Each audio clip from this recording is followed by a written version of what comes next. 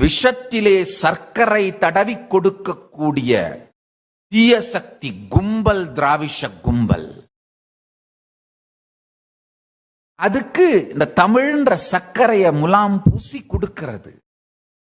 சரி, இப்ப ஒருவேளை தமிழ்ல கும்பாபிஷேகம் பண்ணியிருந்தா அந்த தமிழ் கும்பாபிஷேகம்னு போராட்டம் பண்ண எல்லாரும் அப்படியே திருநீரு பூசி ருத்ராட்சம் தாங்கி வந்து தேவாரம் திருவாசகத்தையும் பாடி ஐயனே நமச்சிவாய வாழ்க நாதந்தாள் வாழ்க இமைப்பொழுதும் நீங்கா என் நெஞ்சில் நீங்காதான் தாழ்வாழ்கன்னு பாடி பரவி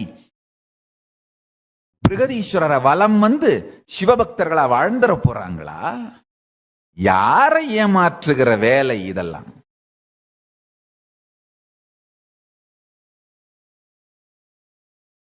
ஆகமப்படி பண்ணக்கூடாது, அவ்வளவுதான் அவங்களுடைய தேவை. இருக்க பாரம்பரியத்திலாம் செதச்சிடணும், அதுதான் அவங்களுடைய தேவை. அதுக்காக தான் எல்லா ஆர்ப்பாட்டமும். அது தமிழை யூஸ் பண்றது. அடுத்து என்ன?